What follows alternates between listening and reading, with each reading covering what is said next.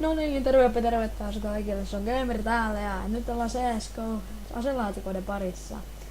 Juu. Eli tänään me pelataan 4 breakoutti kautta läpimurto kasea. Ja sitten näistä voi saada ihan hyvää tavaraa, ainakin butterfly knäppi saireksi. No ainakin 2 jotka kelpais. Ja sitten avataan eka niinku silmät kiinni, eli nyt.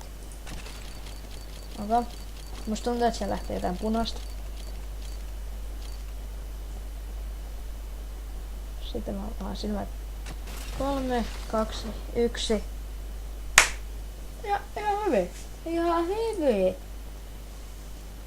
Sitten vaan seuraava. Näin. No.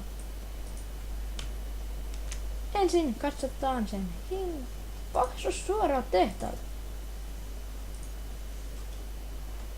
Miksi tää tässä? No joo. Eipä nyt sitten mennä siihen. Eli nyt avataan taas yksi. Kun toi eka keissi meni niin hyvin, avataan toinen. Avataan toinenkin siis sinne kiinni. Eli NYT ei vaan nyt.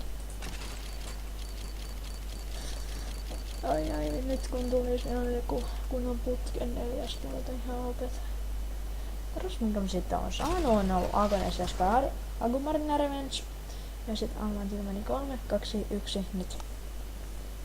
Ai siirrystä. Finissoskaa. Sitten avataan taas pari silmät auki.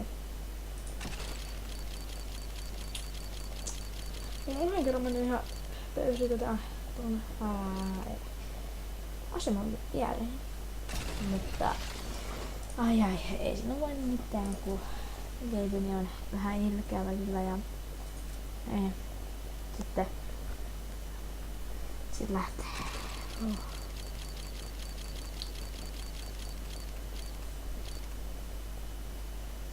No, mulla on jotain. Onko se parempi tuon kuntona? Tietysti. Tää on. Sitten mä avasin tämmöset vähän aikaa, että mä avasin. Joo. Eli sitten, jos tykkäsit tästä videosta, niin pistäkää tykkäys. Ja sitä muistakaa myös tilatakin.